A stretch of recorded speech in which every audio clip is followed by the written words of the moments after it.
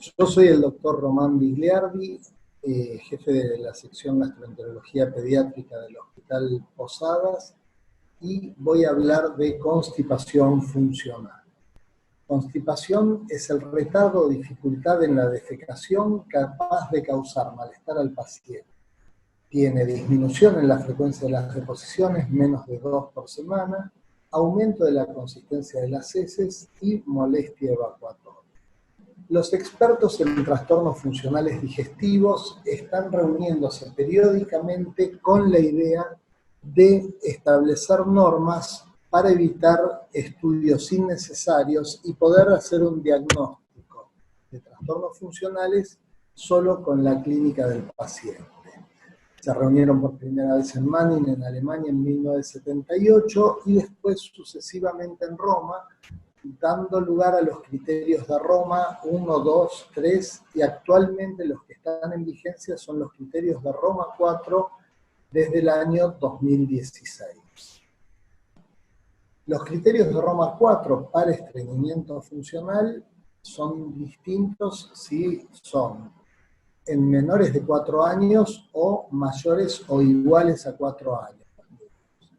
En menores de 4 años debe incluir un mes de 2 de las siguientes: 2 o menos defecaciones por semana, historia de retención excesiva de heces, historia de movimientos intestinales duros o dolorosos, historia de heces de gran diámetro, presencia de grandes masas fecales en el recto. Y en niños con entrenamiento, los siguientes criterios adicionales pueden ser utilizados: por lo menos un episodio por semana de incontinencia luego del control esfinteriano, e historia de heces de gran tamaño que pueden obstruir el inodoro.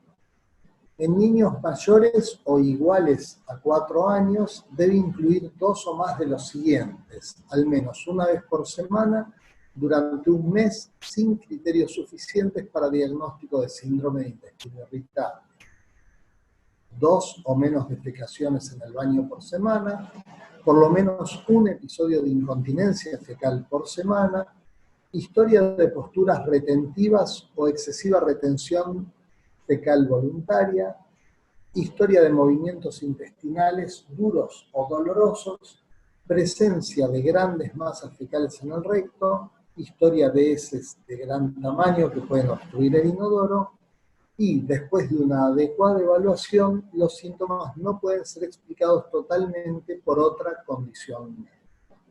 Encopresis es la pérdida involuntaria de materia fecal en niños mayores de 4 años, no relacionada a patología orgánica, pudiendo ser retentiva o no retentiva.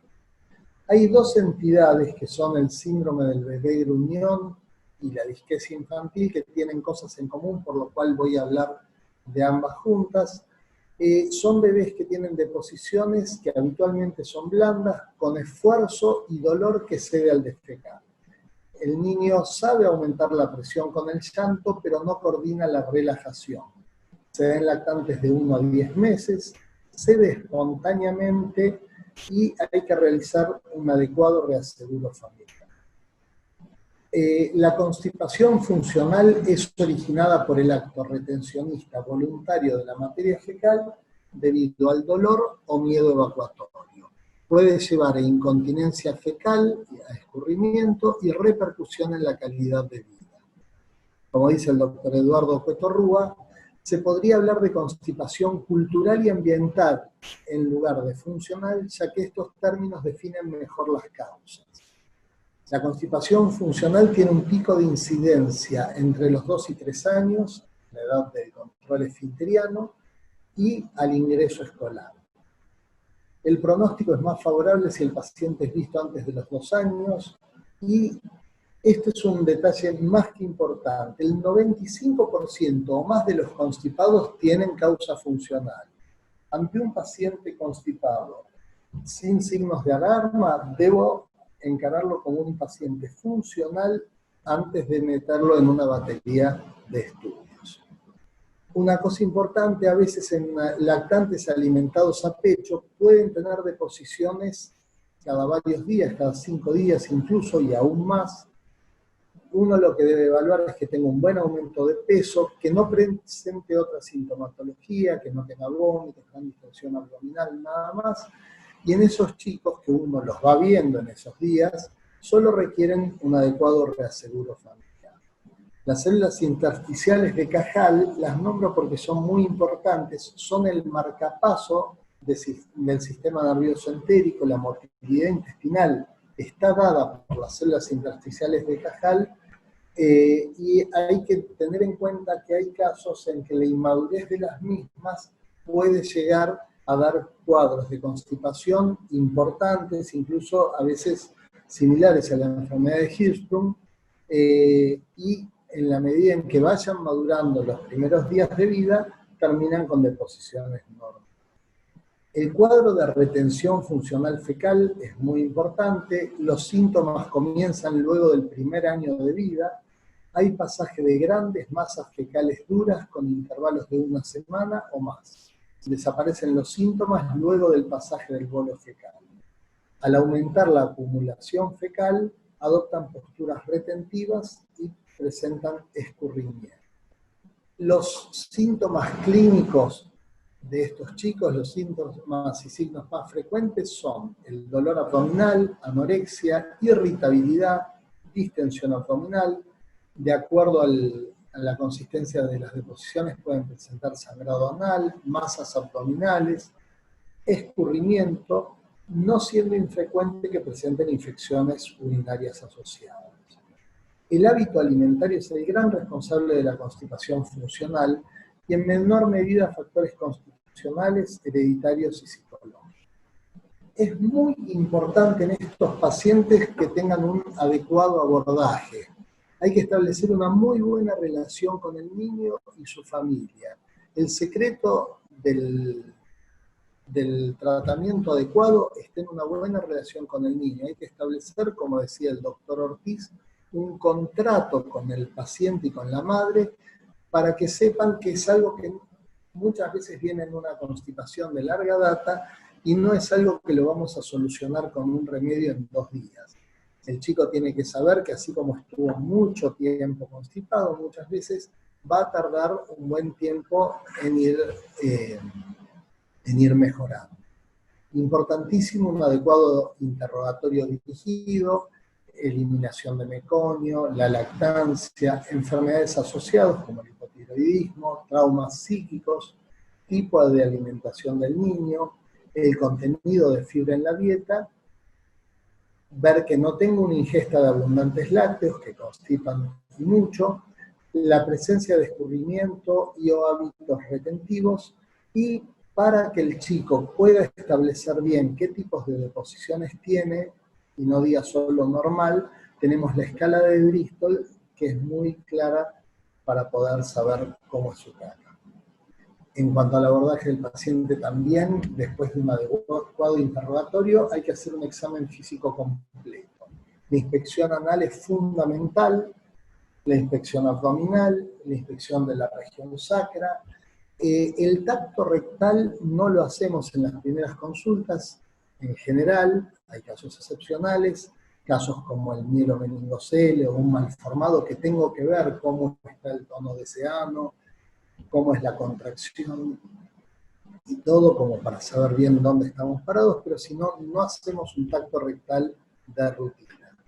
Si constato un bolo fecal, que muchas veces por el interrogatorio y la palpación abdominal se puede hacer, lo primero que tengo que hacer es desimpactar al paciente y le indicamos un tratamiento dietético con una dieta rica en fibras, entrenamiento de hábitos defecatorios. Para esto es muy importante que el paciente se pueda sentar bien en el inodoro en caso de ya haber dejado los pañales, que no tenga los pies colgando, que se pueda firmar en un banquito, en una pila de libros o algo, como para que haga adecuadamente la fuerza. La actividad física también favorece la defecación. Si no responde a esto, hay que hacer un tratamiento con laxantes, de ser necesario, tratamiento psicológico, y si no responde a todas estas medidas, recién ahí empezamos a hacer estudios diagnósticos. Los signos de alarma en la constipación infantil o banderas rojas son: todos estos signos son los que me hacen decir que un paciente puede no ser funcional, que puede llegar a requerir algún tratamiento, algún estudio en especial. Constipación de inicio precoz, eliminación tardía del meconio después de las 24 horas de vida, retraso del crecimiento, presencia de síntomas digestivos altos como vómitos, distensión abdominal en forma recurrente, patología vesical, la presencia de una ampolla rectal vacía, cuando no hay respuesta al tratamiento convencional o pacientes que tienen conductas no retentivas. Los estudios diagnósticos que vamos a hacer no es meterlo en la máquina y hacerle todo junto, sino que los estudios van a depender de la clínica de cada paciente y de lo que estoy sospechando. De acuerdo a mi sospecha, le voy a hacer tal o cual estudio. Pero no es, y en general, si el paciente es un constipado funcional, voy a tratar de no hacerle ningún estudio. Una placa de abdomen de pie me va a ayudar para ver distribución del aire.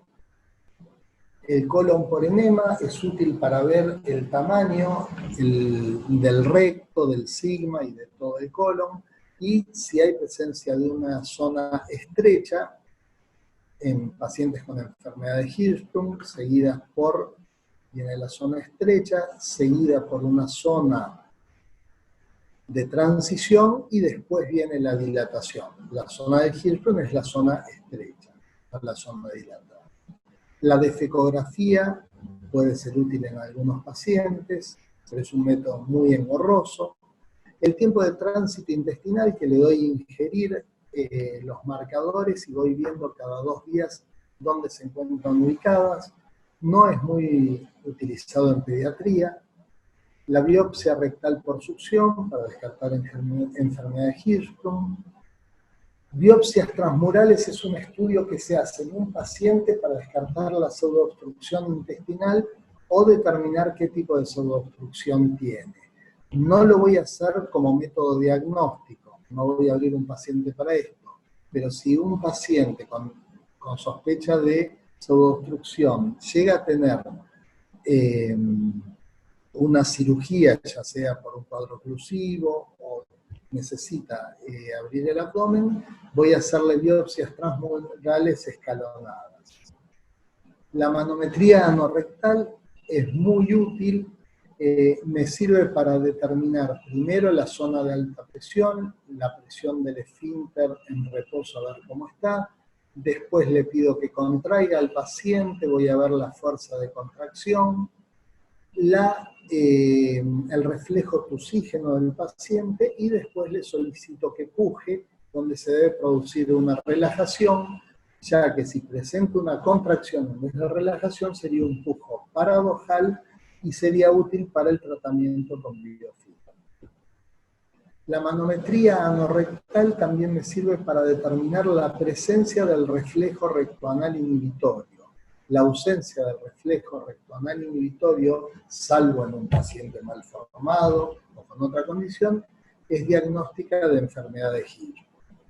También me sirve para determinar las características del reflejo, ya que en pacientes con lesión medular se haya prolongado. Este es un paciente con enfermedad de Hirschsprung, donde vemos falta de relajación del esfínter anal interno. Se puede hacer manometría de alta resolución, manometría antroduodenoceyunal, que también me sirve para el tipo, que es la pseudoobstrucción intestinal pediátrica. En vez de tener un patrón normal, me voy a encontrar con una miopatía o neuropatía, me sirve para diferenciar ambas. La manometría colónica solo para casos muy, muy excepcionales que debo estudiar, previa a la colocación de un botón de Peter Child o ante un problema, ante una constipación intratable, puedo hacer de alta resolución o de perfusión. Y la resonancia magnética dinámica es un estudio nuevo que se está utilizando, que es muy útil, pero se está haciendo en muy pocos centros y nos da una idea de la dinámica defecatoria y la dinámica de toda la motilidad del intestino delgado y colon. La defecografía también se puede hacer por resonancia. Bueno, ¿cómo trata un paciente? Todos esos estudios son para descartar una patología orgánica, en un constipado funcional, que es la gran mayoría de los constipados que tenemos. No hace falta estudiarlo en lo más mínimo, y con esto solo tendría que andar. ¿Cómo lo trato? Lo primero que tengo que determinar es si está impactado o no. Si está impactado, lo primero va a ser la desimpactación, y esto lo puedo hacer con enemas con aceite o solución fisiológica, o por vía oral, con polietilenglicol o aceite mineral. También se pueden utilizar sistemas de riego anal. Una vez desimpactado el paciente, empezamos con el tratamiento de mantenimiento. Podemos usar distintos tipos de laxantes, más allá de que junto con el tratamiento medicamentoso seguimos con la dieta, seguimos con el entrenamiento de hábitos. Entre los fármacos lubricantes podemos usar el aceite mineral y la vaselina a 1 a 3 mililitros kilo día en 1 a 2 dosis diarias, que tiene buen éxito. Podemos usar laxantes estimulantes también, como el bisacodilo y el hiposulfato de sodio, o también el sena. Y dentro de los laxantes osmóticos está la lactulosa, la leche de magnesia, que actualmente no está en la Argentina, y hay nuevos fármacos como el lubiprostone y el prucalopril. Pero el que más éxito le da a los distintos grupos es el polietilenglicol sin electrolitos, a una dosis de 1 a 1,5 gramos kilo día, que es seguro y eficaz en lactantes aún a partir de los 5 meses. Resumiendo la medicación disponible, en el tratamiento farmacológico, el polietilenglicol sin electrolitos es el laxante de primera elección, tanto para desimpactar como para el mantenimiento. Si el polietilenglicol no se encuentra disponible o es mal tolerado, se puede utilizar lactulosa. Los laxantes estimulantes pueden ser considerados, lo mismo que el hidróxido de magnesio o el aceite mineral, pueden ser considerados como de segunda línea o adicionarse cuando los laxantes osmóticos son insuficientes. Bueno, hay ciertos tratamientos especiales para algunos pacientes en particular. En general no son necesarios para el paciente constipado funcional, si bien hay ciertos constipados funcionales que son refractarios al tratamiento y utilizamos alguno de ellos. El biofeedback, la cirugía, la terapia conductual también es útil, neuroestimulación del tibial posterior o neuroestimulación sacra con dispositivos percutáneos, no con dispositivos quirúrgicos en pediatría, y en algunos pacientes la inyección de Botox en el esfínter anal.